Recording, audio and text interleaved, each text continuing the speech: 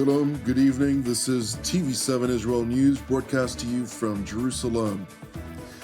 Israel reiterates its unwavering commitment to prevent hostile forces from taking root south of Damascus. The European Union announces its decision to suspend a range of sanctions against Syria. For the first time since 2012, the European Union-Israel Association Council convenes in Brussels. Jerusalem will not accept hostile forces south of Damascus as the IDF operates vigorously to guarantee the security of Israel's northern residents and friendly populations in southern Syria, to include the Druze community.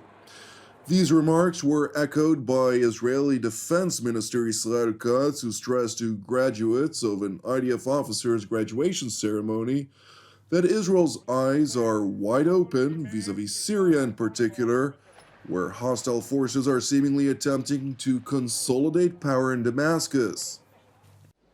איננו פתוחה על כל המרחב, היום במיוחד לעבר סוריה. התחייבנו שלא נאפשר לחזור למציאות של 7 באוקטובר, וכך בדיוק יהיה. יש מדיניות חדשה בדרום סוריה, כפי שציין ונקב גם ראש הממשלה.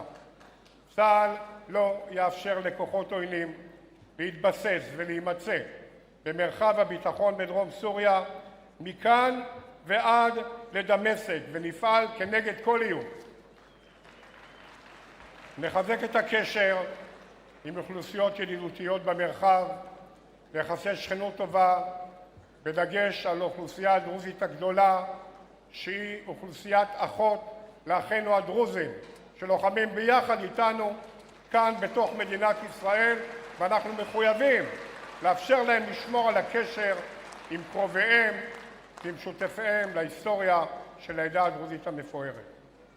צה"ל יישאר בפסגת החרמון ובאזור החיץ לזמן בלתי מוגבל, כדי להבטיח את ביטחון יישובי רמת הגולן, הצפון וכלל תושבי מדינת ישראל.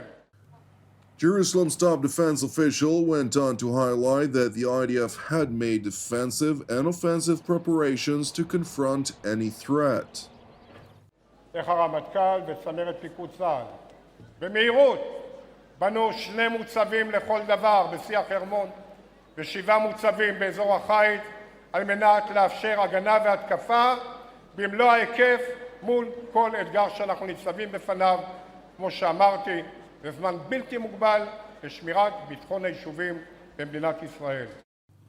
It's interesting to know that a couple of dozens of Syrians who have known jihadist affiliations in southern Syria conducted a protest against Jerusalem's unequivocal determination to ensure that the jihadist efforts to take over Damascus will not threaten Israel or its natural allies in southern Syria.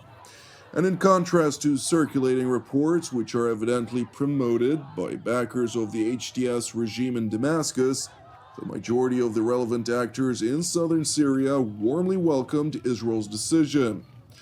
Meanwhile, IDF forces in southern Syria are operating day and night to clear the territories south of Damascus from any weaponry that may pose an imminent threat to Israel. אנחנו עושים פה פעילויות יום וליל, בעיקר כדי להוציא את כל האמל"ח והיכולות שיש בצד השני. הפעילות שעשינו הלילה, מצאנו נשקים בתוך אחד הבתים, וזה מתחבר לרצף פעילויות שמצאנו גם טילים ומטענים ומוקשים, דרך אמצעי חבלה ועד לטנקים ונגמשים, שגם אותם אנחנו מפוצצים ומשמידים. כל זאת על מנת להגן על תושבי דרום רמת הגולן ואזרחי מדינת ישראל. It is important to know that today entails a significant test to the HTS regime, which officially launched the start of a so-called National Dialogue Conference, hoping to unite Syria under the Al-Qaeda-linked group in Damascus. However, in light of a limited number of non-HTS supporters who've decided to arrive at the National Dialogue Conference, the Damascus-appointed Preparatory Committee decided to prolong the duration of the conference in an attempt to buy time to persuade more non-aligned Syrian factions to make an appearance. ممكن مثلا لو قرر السوريون في مؤتمر تمديد المؤتمر، هسيكون ذلك. فليس عند اللجنة التحضيرية أي قيود وتقييدات مسبقة على ذلك. It is important to explain that the main reason that the majority of Syria refuses to accept diktats from the HTS interim regime in Damascus stems from deep-rooted concerns over Abu Muhammad al-Julani's own refusal to accept requests for assurances that his jihadist ideology not be imposed on the general Syrian population. And while these assurances were also demanded by the European Union, in a contradictory act, Brussels announced its decision to suspend a range of sanctions against Syria, including restrictions related to energy, banking, transport, and reconstruction. Meanwhile, Israeli Foreign Minister Gideon Sa'ar visited Brussels yesterday, where for the first time since 2012, the EU-Israel Association Council convened. Today marks the 50 years since the EU signed its first trade agreement with Israel. Over these decades, our relationship has grown. We had a candid meeting today on issues of mutual concern, especially at this critical moment in the Middle East. I'm glad we can do this with you. We started today by reiterating the condemnation of the brutal and indiscriminate attacks by Hamas on the 7th of October 2023. The state and the people of Israel can count on EU's full support on this. The EU foreign policy chief, Kaja Kallas, went on to stress the European institutions' support for the fragile ceasefire in the Gaza Strip, while highlighting further the EU's unchanging position vis-à-vis the Israel-Palestinian conflict. The EU is now supporting the fragile ceasefire that is holding in Gaza. All parties must respect the terms of the ceasefire agreement. Our Rafah border mission is useful and concrete contribution to the support of ceasefire on the ground. It was welcome news to see the release of 6 more hostages on Saturday, including 2 people who were held more than a decade. But we are closely watching developments and cannot hide our concern when it comes to the West Bank. Ministers today stressed that there can be no other solution than the two-state solution. We support the Palestinian Authority and its return to Gaza. We support the return of every displaced Palestinian for whom Gaza is their home. When the time comes, the EU will also support Gaza's reconstruction together with the regional actors. The Palestinians must be able to live in Gaza. At the same time, Gaza must never be again a terror haven. Israeli Foreign Minister Gideon Sa'ar, for his part, expressed the importance which Jerusalem regards the Israel-Europe relationship. Israel and Europe have a common history, partly painful, shared values, shared challenges, and mutual interests. Sometimes there are also differences of opinion. It's okay. Israel is a great trade partner for the EU. Over the last year and a half, Israel has proven itself as a stable and strong force in a chaotic and very unstable region.